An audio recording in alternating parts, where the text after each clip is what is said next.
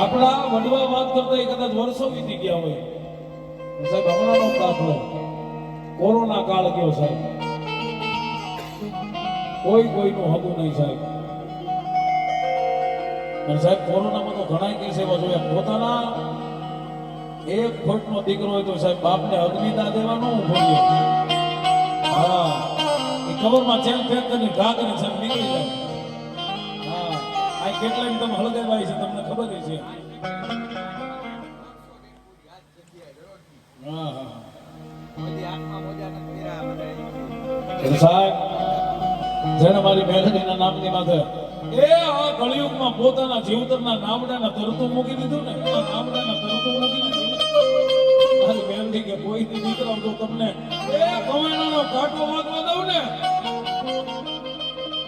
મરવાની તો વાત એક બાજુ, પણ કોઈ દીધો કમેણાનો કાંટો વાગવા દઉં ને સાહેબ લોઢાની કણસું હોય ને એ મારી મેલડી તો સાહેબ લોહી ચમકશે ઓટોમેટિક સાહેબ ખેંચી લે.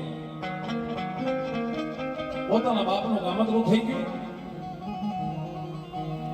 અને જયારે ભાટિયા સોસાયટીના સમસાણમાં પોતાના બાપને જયારે બાળવા આવ્યા ને, આપણી કલોની ભાષામાં સાહેબ દેશી ભાષામાં અગ્નિદાહ દેતા કહેતા બાળવા આવ્યા ને,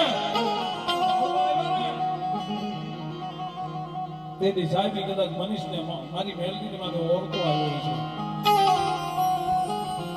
સાહેબ. જેવો કાળા માથાના માનવીને ઓળખો આવે ને એ એમ ક્યારે કઈ સંસારમાં બેઠેલી મેલડીને ઓળખો આવે સાહેબ. તેથી કદાચ મારી મેલડીને ઓળખો એ મારા મનીષભાઈની માથે આવ્યો છે.